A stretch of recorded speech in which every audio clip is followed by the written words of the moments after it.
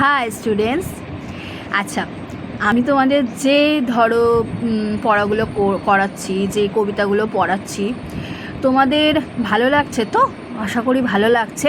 প্রত্যেকেরই ভালো লাগার কথা। আমি কিন্তু প্রত্যেকটা কবিতার সারমর্ম, এখন আমি ক্লাস 9-এর পড়াচ্ছি। আমি 3টে কবিতা ক্লাস 9-এর পড়িয়েছি, একটা ক্লাস 12-এর আছে। হ্যাঁ, আচ্ছা, আমি তোমাদের প্রত্যেককে আমি একটাই জানার জিনিস যে তোমাদের কতটা আমি উপকারে আসছি, ঠিক আছে? আমি যে কবিতাগুলো পড়াচ্ছি সেখানে কবির পরিচিতি যেমন দিচ্ছি, তার সাথে কবিতা বুঝিয়ে দিচ্ছি পড়ে, তারপর কবিতার অন্তর্নিহিত তাৎপর্য বুঝিয়ে দিচ্ছি এবং প্রশ্ন রয়েছে, ঠিক আছে? যেগুলো তোমাদের কাজ হচ্ছে ওগুলোকে ভালো করে নোট করে নেওয়া, ঠিক আছে? ওগুলোকে খাতা পেন নিয়ে বসে ওগুলোকে নোট করে নেওয়া আর বারবার কবিতাগুলো খুঁটিয়ে খুঁটিয়ে পড়া। আমি শুধু কবিতা নয়, গদ্যও দেব। বড় গদ্য যেগুলো রয়েছে, গদ্য তো ছোট না, গদ্য সবই বড় বড়।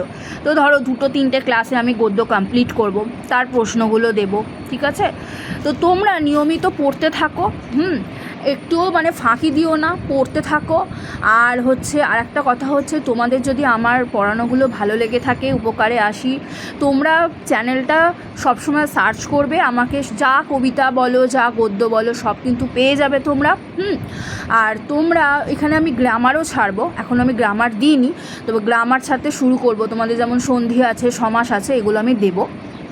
কারক বিভক্তি তোমাদের খুব ইম্পর্ট্যান্ট, ওইটাও আমি দেব। আচ্ছা, আর তোমরা লাইক করবে, আমার চ্যানেলটাকে লাইক করবে, সাবস্ক্রাইব করবে, আর অবশ্যই পারলে শেয়ার করে দিও। সাবস্ক্রাইব করতে ভুলো না, ঠিক আছে? সাবস্ক্রাইব করবে, লাইক করবে আর শেয়ার করবে, মনে থাকবে?